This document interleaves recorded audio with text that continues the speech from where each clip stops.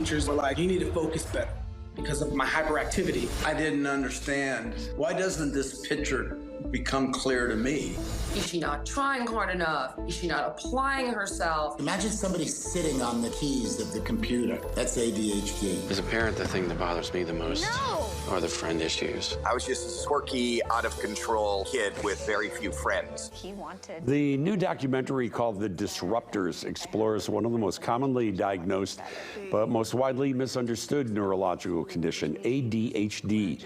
The film hears from several families and celebrities to debunk harmful myths all surrounding the condition. Joining us this morning to tell us more, the film's executive producer, Nancy Armstrong. Nice to have you with us. Good morning. Thank you for having me, Dean. So how did you even get interested in this, thinking that somebody needs to make a movie about this? Well, I made this film because of my own experience raising 3 children with ADHD, which is a really tough journey, and particularly because there's so much conflicting information out there, and I never understood why there wasn't a definitive film on ADHD.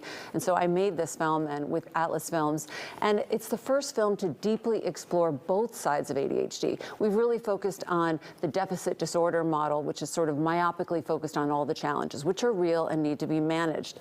But there's another side of ADHD, which are the strengths. And if you can activate that and find a path in life to activate those strengths, it can be a huge asset. Yeah, and some of those assets are things like creativity and, things where people kind of think outside the lines of the box, right? Yeah, creative cognition, conceptual expansion, innovative thinking. We see that in entrepreneurs and our innovators and award-winning artists and Olympic athletes. And they have the same struggles as the kids we see growing up with ADHD, but they have learned to leverage the strength of their brain to be very successful. Yeah, attention deficit, hyperactivity disorder. What are characteristics before we talk about what some of the myths are?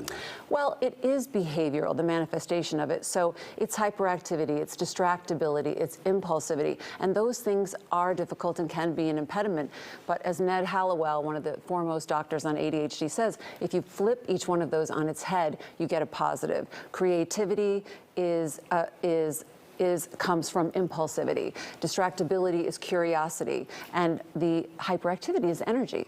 Yeah, and what are the myths that you wanted to dispel by making the film? Well, I think one of the biggest myths is that it doesn't exist, that it's not a real condition. It is a real condition. It's been around forever. It's highly heritable. And I think the most harmful myth is that it comes from bad parenting and bad kids. That somehow this is the fault of parents and this is a behavioral problem.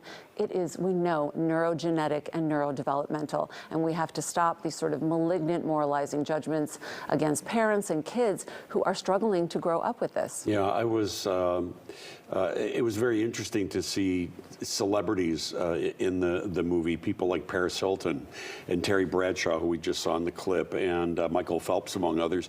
But also it talks about how Benjamin Franklin may have had ADHD as well, right? There are many people throughout history, Benjamin Franklin, Walt Disney, Thomas Edison, all people who had this ability to think outside the box, and all who had a very difficult time getting through, their school education. But the K through 12 environment is really difficult for kids because it doesn't value curiosity and creativity as much as when you get out into the real world.